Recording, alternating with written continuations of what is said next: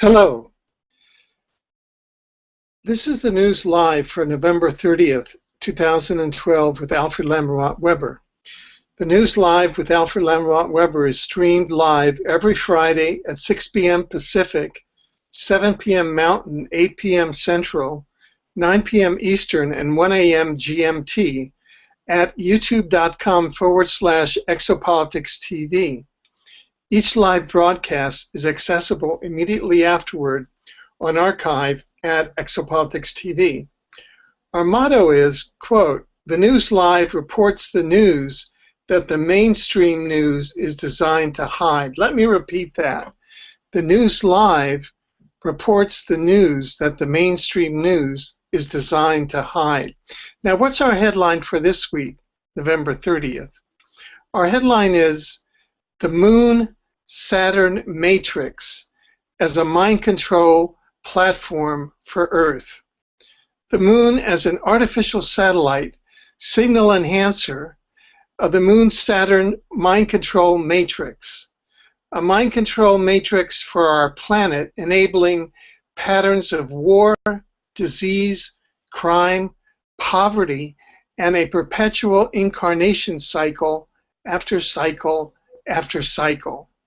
Now, let's look at the different layers of evidence for this and what we can do about it. First of all, we know that this week,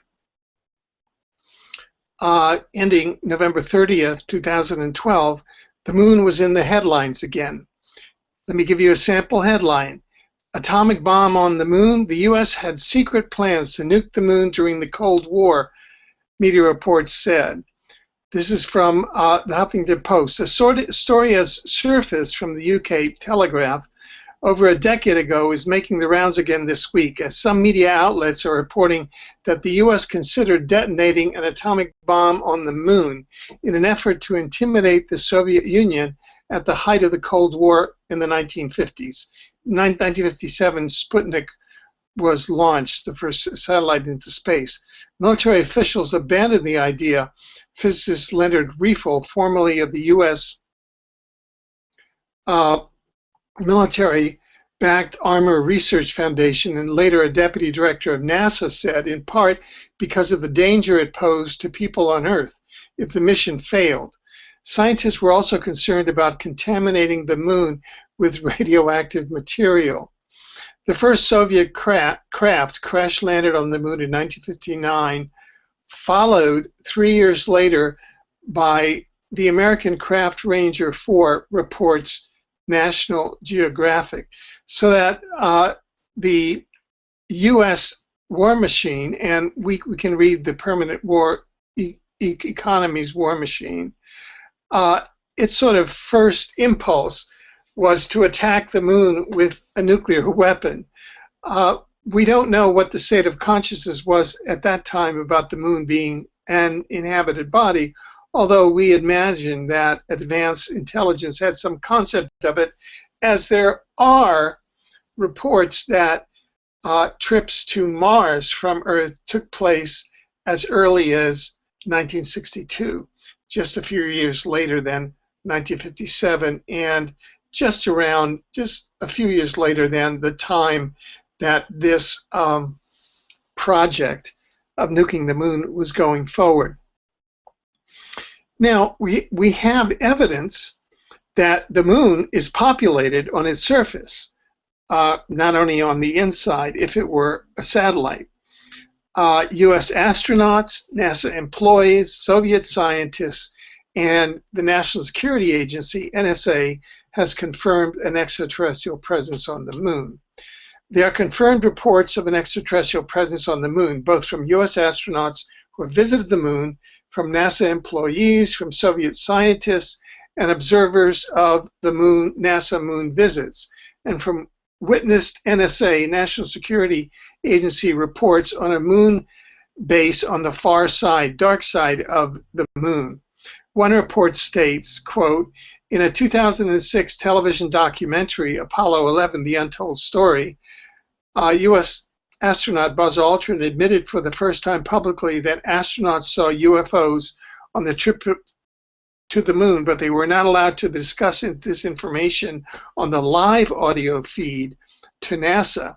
He stated that he felt it would have caused a, quote, panic. Moreover, according to a former NASA employee, Otto Binder, unnamed radio hams with their own VHF receiving facilities that bypassed NASA's broadcasting outlets picked up the following exchange. This is during Apollo 11. NASA, what's there? Mission Control calling Apollo 11. Apollo 11. These babies are huge, sir. Enormous. Oh my God, you wouldn't believe it. I'm telling you, there are other spacecraft out there lined up on the far side of the crater edge. They're on the moon watching us. And this transmission from Apollo 11 back to Mission Control in Houston bypassed the public broadcasting outlets of NASA, but was picked up by radio hams, according to NASA employee Otto Binder. Moreover, we have the testimony of former U.S. Air Force Sergeant Carl Wolf, who was a fellow Disclosure Project witness with myself, who described photos, documents at extraterrestrial bases on the dark side of the moon that he witnessed at National Security Agency building in the 1960s. One report states that, quote, Sergeant Wolf was working with Tactical Air Command at Langley Air Force Base in Virginia in 1965. There he was assigned to the Lunar Orbital Project with the National Security Agency, where he met an airman who confided in him that they had discovered bases in the far side of the moon. Now, there's an extensive article on this at exopolitics.com, and you can go to the News Live article on the Saturn moon matrix at exopolitics.com, and I'll give you a link to this article with all of that evidence as to intelligent life on the surface of the moon. However, we're going deeper in the news report. It appears as though the moon is actually an artificial satellite moved into place or created in place as a transmission platform of a matrix control, of a mind control matrix reality for Earth. First of all, let's go and look at Earth civilization records, and we can find Earth civilization records which remember an Earth before the moon. This is the Earth before the moon was put into place. And here I'm quoting from archives, which again are referenced at the exopolitics.com article. The period when the Earth was moonless is probably the most remote recollection of mankind. Democritus and Anaxagoras taught that there was a time when the Earth was without the moon. Aristotle taught that Arcadia in Greece, before being inhabited by the Hellenes, had a population of Pelasgians, and that these aborigines occupied the land already before there was a moon in the sky above the Earth. For this reason, they were called proselynes. So here we have a tribe that was actually, whose name was given because they occupied a specific piece of territory before there was a moon above the Earth. Apollonius of Rhodes mentioned the time, quote, when not all the orbs were yet in the heavens, before the Danai and Deculian races came into existence, and only the Arcadians lived, of whom it is said they dwelt on mountains and fed on acorns before there was a moon. End of quote.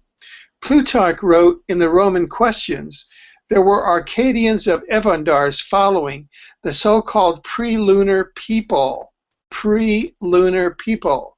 Similarly, Ovid wrote, the Arcadians are said to have possessed their land before the birth of Jove, and the folk is older than the moon.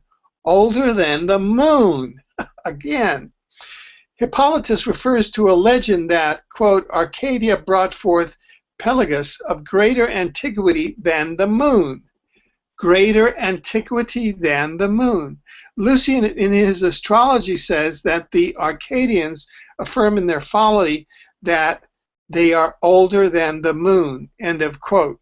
Censorius also alludes to the time in the past when there was no moon in the sky. Some allusions to the time before there was a moon may also be found in scriptures. In Job 25:5, the grandeur of the Lord, who, quote, makes peace in the heights, is praised, and the time is mentioned, quote, before there was a moon and it did not shine. That is in scripture in Job 25:5. Also in Psalms 72:1, it is said, thou wast feared since the time of the sun, and before the time of the moon, a generation of generations. That's in Psalms 72:5. A generation of generations means a very long time. And of course, it is of no use to counter this psalm with the myth of the first chapter of Genesis, a tale brought down from exotic and later sources. The memory of a world without a moon lives on in the oral tradition among the Indians, that is, the Native Americans. The Indians of the Bogota highlands in the eastern Cordilleras of Colombia relate some of their tribal reminiscences to the time before there was a moon. Quote, in the earliest times when the moon was not yet in the heavens, say the tribesmen of Chibchas. So you can see that there is a legitimate multicultural from many cultures, from the North American Aboriginals, the Native Americans, from the scriptures, from the Roman historians, from the Greek historians, on which we, count a great deal for our history of the modern era. So that means that our human civilization existed here before the moon, and it was the ancient civilization. So what occurred when the moon was brought into being? Well, there are some theories, and they seem to be based on a great deal of research, that the moon is in fact an artificial satellite, a platform that is a frequency enhancer of a mind control matrix that is itself a frequency that creates a virtual reality for humanity that has various functions. Let's go first to the authors of a book called Who Built the Moon, and we'll just kind of summarize from their own words. And this is an interview with Christopher Knight, one of the authors of that book. The moon sits very close to the Earth, yet it is widely regarded as the strangest object in the known universe. It is a bit like knowing that every person in the world is completely normal, except the person you live next door to, who has 3 heads and lives on a diet of broken razor blades. The book lists the strangest of the moon, which includes the fact that it does not have a solid core like every other planetary object. It is either hollow or has a very low density interior. Bizarrely, its concentration of mass is located at a series of points just under its surface, which caused havoc with early lunar spacecraft. The material of the moon came from the outer surface of the Earth and left a shallow hole that is filled with water we now call the Pacific.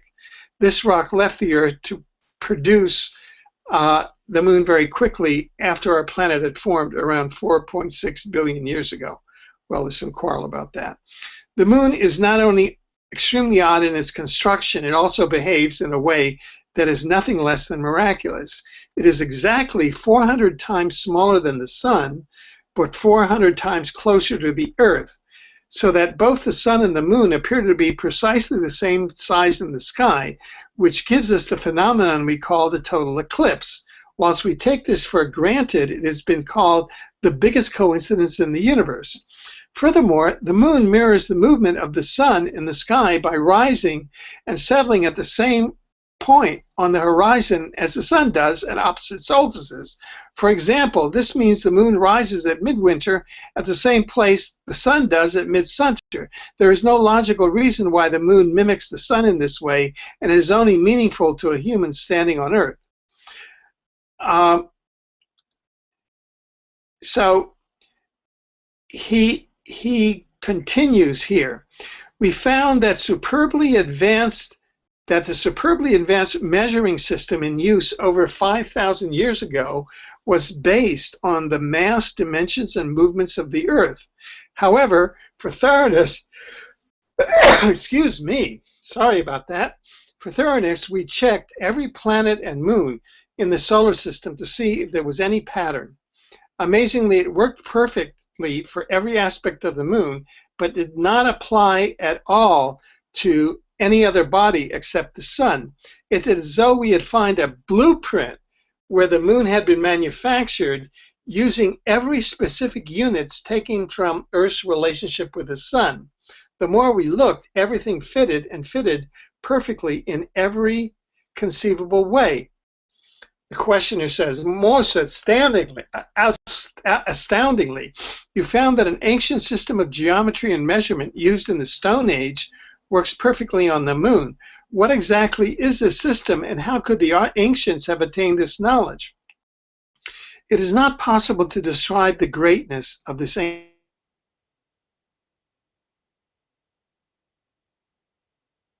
work of Alexander Thom, a brilliant professor of engineering from Oxford University, was our starting point.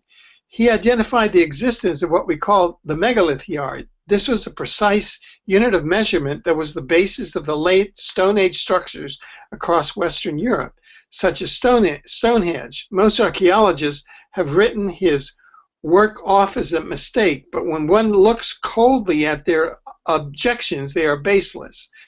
Alan and I are able to show that there were highly precise linear units based on the rotation of the Earth, and how they were also the basis of all time, capacity, and weight units in use today. Once again, these are exact, not approximations or close fits. Not only is the moon an apparently impossible object, it has some unique benefits for us humans. It has been nothing less than an incubator for life. If the moon was not exactly the size, mass, and distance that it has been in each stage of Earth's evolution, there would be no intelligent life here. Scientists agree that we owe everything to the moon. It acts as a stabilizer that holds our planet at just the right angle to produce the seasons and keep water liquid across most of the planet. Without our moon, the Earth would be as dead and solid as Venus. Who built the moon? We explained that it could not come to any other conclusion than that the moon is artificial. So there you have it. Now, let's go to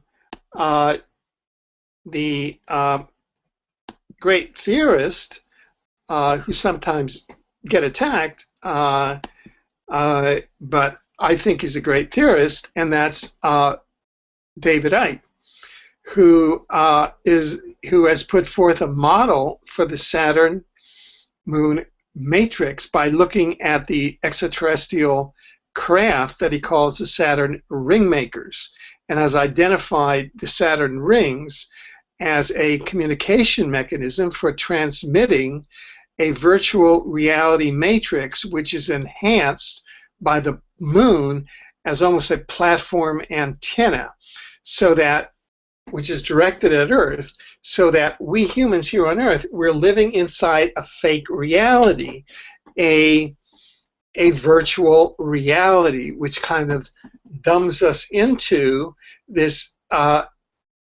3D time-space reality down to two-strand DNA, whereas in fact, we were created as 12-strand DNA light beings in the third dimension. So that first of all, this virtual Saturn moon matrix enforces the two-strand DNA virtual reality matrix. And that was first imposed, we know, 280,000 years ago, when the Anunnaki ETs landed at Adam's calendar using sound technology. They reduced our 12-strand DNA down to two-strand DNA, thus limiting humanity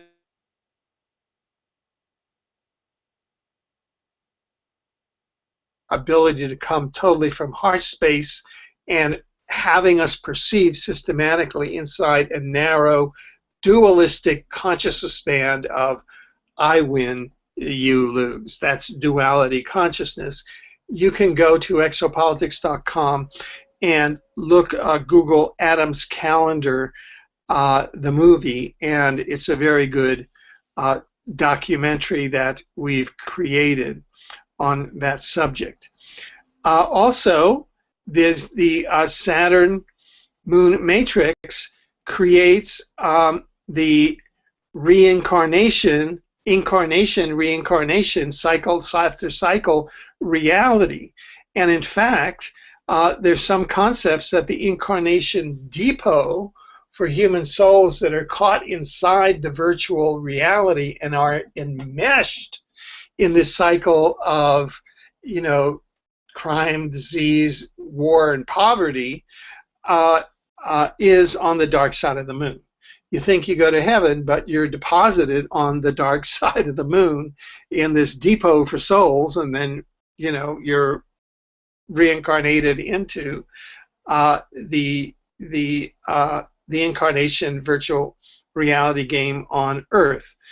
If we look at the great one of the great spiritual seers, G.I. Gurdjieff, 1866 to 1949, he intuitively thought that souls who were in this virtual matrix went to a depot on the far side of the moon. So he intuitively thought that. Gurdjieff frequently admonished the thoughtless mechanical behavior of humanity and was fond of saying that, quote, "we are food for the moon."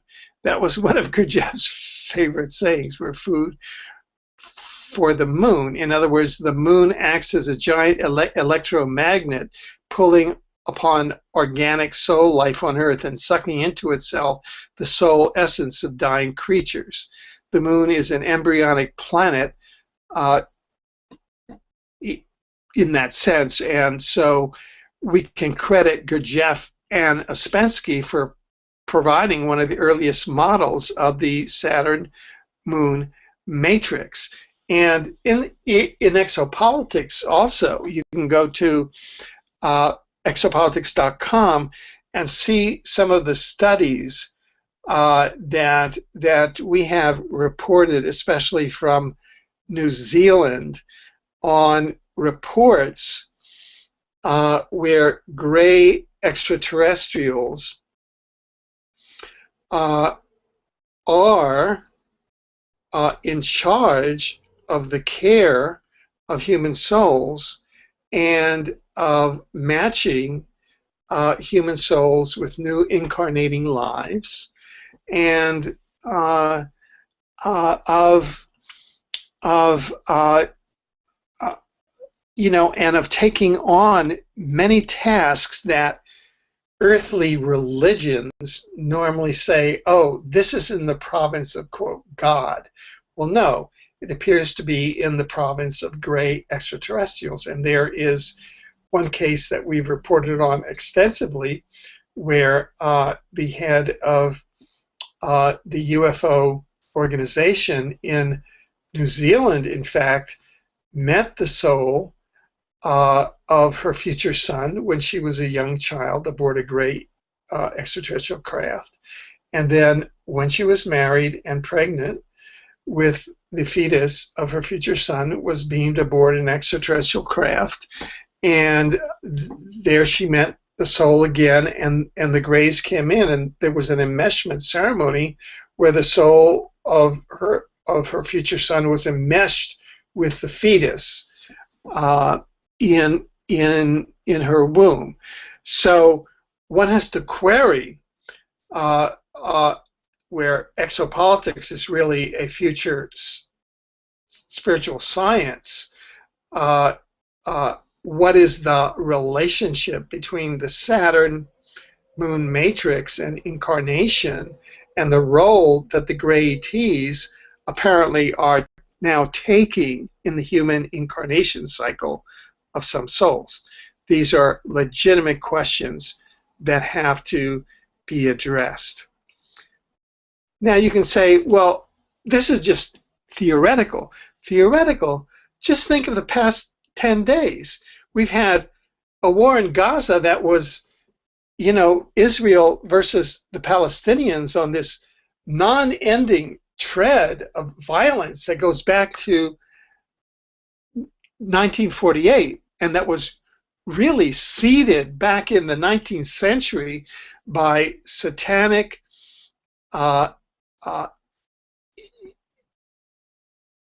Illuminati bloodline bankers that conceived of the concept of Israel that would be a perpetual war machine in the Middle East, and that way World War III would start as a confrontation of Europe, Israel, and the United States between the Arabs, and that's in fact what is happening now.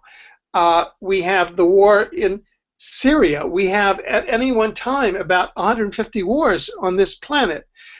We have world public and private debt. We have starvation on this planet. We have war, disease, crime, and poverty at an enormous rate.